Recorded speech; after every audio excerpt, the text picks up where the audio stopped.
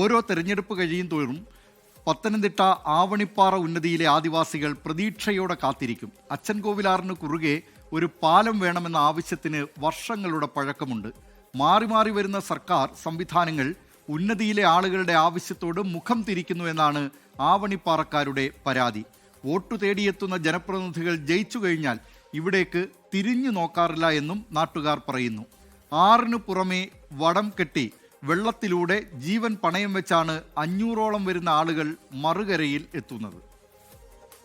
മഞ്ഞ്, മല, പുഴ, പച്ചപ്പ്, ഹരിതാഭ ഇങ്ങനെയൊക്കെ കേൾക്കുമ്പോൾ വലിയ സന്തോഷവും നമുക്ക് ഒരു കൗതുകവും ഒക്കെ തോന്നും. പക്ഷേ ഈ പ്രദേശങ്ങളിലൊക്കെ താമസിക്കുന്ന അല്ലെങ്കിൽ ഒരു മലയോര മേഖലയിൽ താമസിക്കുന്ന ആളുകൾക്ക് പുറം ലോകം കാണുന്ന യാഥാർത്ഥ്യവുമായിട്ട് ഒരുപാട് അന്തരമുണ്ട്. അവരുടെ ജീവിതങ്ങൾ അല്ലെങ്കിൽ അവർ കടന്നു പോകുന്ന സാഹചര്യങ്ങൾ നമ്മൾ പുറത്ത് കാണുന്ന പോലെ അത്ര സുന്ദരമായിട്ടുള്ള ഒരവസ്ഥയിലൂടെയല്ല.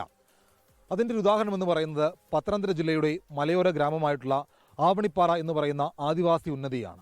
ഇവിടെ ഒരു പാലം വേണമെന്നുള്ള ആവശ്യത്തിന് വർഷങ്ങളുടെ പഴക്കമുണ്ട്. പാലം നൽകാമെന്ന് പറയുന്നതല്ലാതെ അതിലേക്ക് എത്താനുള്ള ഒരു നടപടിയും ഇതുവരെയും ആരും സ്വീകരിച്ചിട്ടില്ല.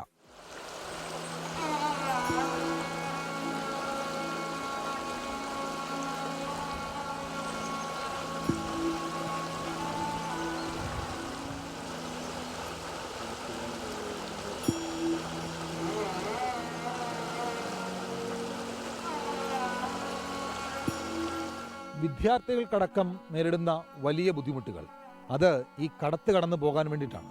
സ്കൂളിലേക്ക് പോകണമെങ്കിൽ ഇവിടെ ഈ വള്ളം വേണം. വള്ളം പോകണമെങ്കിൽ ഇവിടെ വള്ളത്തിന് പോകാനുള്ള ഒരു പാത വേണം. അവിടെ ഈ വെള്ളം മുങ്ങിക്കഴിഞ്ഞാൽ വെള്ളം പോകില്ല. അപ്പോൾ അങ്ങനെയുള്ള വലിയ ബുദ്ധിമുട്ടുകൾ വിദ്യാർത്ഥികളടക്കം നേരിടുന്നുണ്ട്. ഇവിടുത്തെ അവസ്ഥ ഒരു പാലമില്ല. സ്കൂളിൽ പോകണമെങ്കിലും ബസ്സിൽ കയറി വേണം പോകാം. അപ്പം അക്കരെ പോകണമെങ്കിൽ ഈ ആ വെള്ളത്തിലാണ് പോകുന്നത്. അപ്പോൾ പാലം ഇല്ലാതെ പോകാൻ കുറച്ച് പാടാണ്. വെള്ളം കൂടിയ പാടാ പോകാൻ.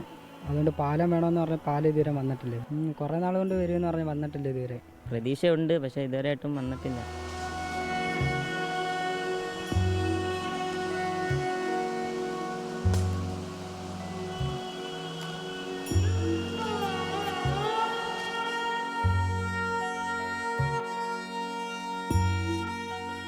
ഇപ്പോൾ ഇവിടെ വന്ന പേരനാണ് അല്ലേ? അപ്പോൾ എന്താണ് അവസ്ഥ ചേട്ടാ? ഇത് എത്ര കാലമായി നമ്മളിങ്ങനെ പറഞ്ഞുകൊണ്ടിരിക്കുന്നത്? ഇതിപ്പോൾ ഒത്തിരി കാലം കൊണ്ട് ഇങ്ങനെ പറഞ്ഞുകൊണ്ടിരിക്കുന്നു. അവർ പറയും പിന്നെ പാലം തരാമെന്നൊക്കെ പറഞ്ഞിട്ട് പോകും, പിന്നെ വരുന്നില്ല, പിന്നെ ചെയ്യുന്നില്ല. ഈ വർഷം പറഞ്ഞ് പാലത്തിൻ്റെ ഒക്കെ പറഞ്ഞായിരുന്നു. ഈ വർഷം ചെയ്യാമെന്ന് പറഞ്ഞിട്ടുണ്ട്. ചെയ്യുന്നോ ഇല്ലയോ എന്ന് നമുക്കറിയത്തില്ലല്ലോ. മാറി മാറി ഭരിക്കുന്ന രാഷ്ട്രീയക്കാരും എല്ലാം വാഗ്ദാനങ്ങൾ മാത്രമേ ഉള്ളൂ.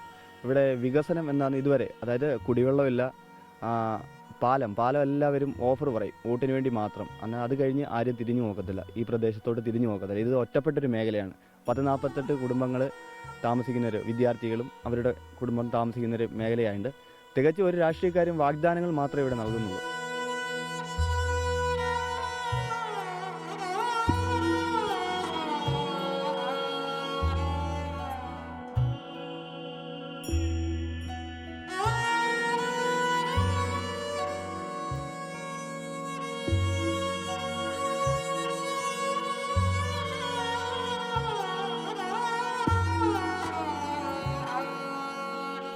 ഒരു നിയമസഭാ തെരഞ്ഞെടുപ്പ് പടിവാതിക്കൽ വന്നു നിൽക്കുകയാണ്.